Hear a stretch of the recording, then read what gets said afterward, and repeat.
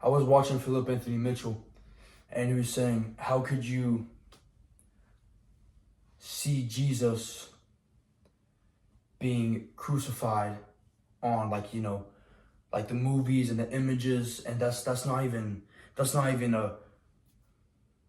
close to it, But he was saying, like, how could you see him do that and still not care? He was saying, like, how could you be being begged to go to a worship, being begged to go to a service? You know that God's real, you know that Jesus is real, and you still choose eternal life away from him. The love of Jesus and the love for your sin goes like this. It goes like this.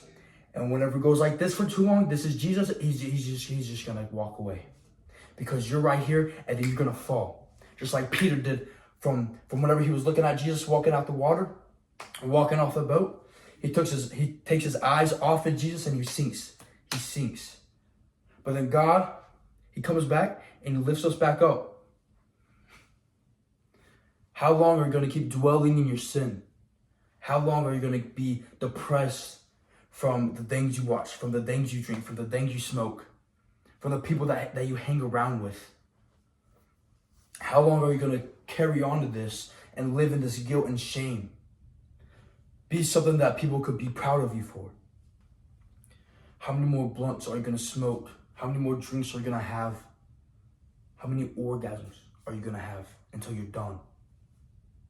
I'm going to keep it real. How many times is it going to just take for you to lock in and truly find Jesus? It's taken me multiple times, but I'll still get right back up, bro.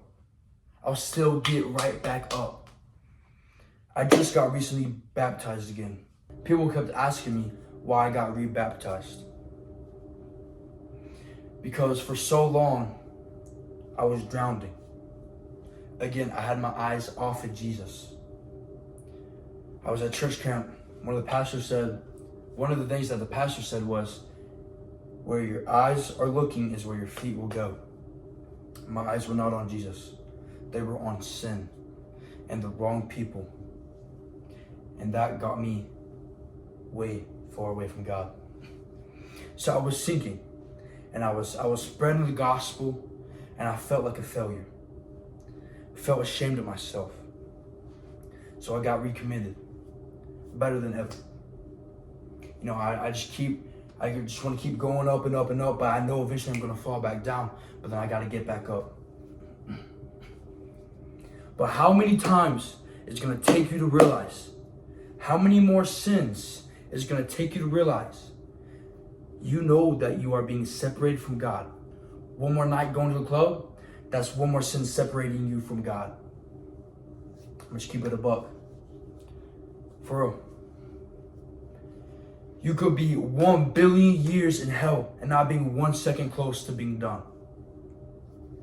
Think about that real quick. Maybe if you think about that really hard and you take that to perspective, you realize what you're doing wrong. You'll get together with God. You log back in. He'll pull you out the water, and then you'll be set free. From the anxiety, the depression, all of it.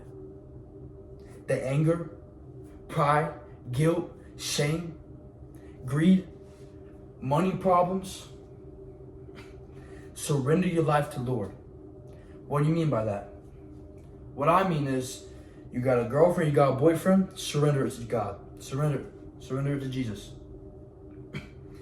You got a sport, surrender it to Jesus. Now, I'm not saying quit. I'm not saying giving up on that relationship. If it's not for you, get it out of there. And someone asked me, why you always talking about Jesus? And why you always talking about demons and all these sins? Well, because so many people don't realize, if it's not Jesus, then what is it? If it's not Jesus, then what is it? There is no mediocre. There is no middle. The middle is the devil. You have this right here, or you have Jesus. It's a narrow path for Jesus. It's a very, very big path for the devil because so many people follow it, and it's so easy to give into temptation. So easy to give into temptation.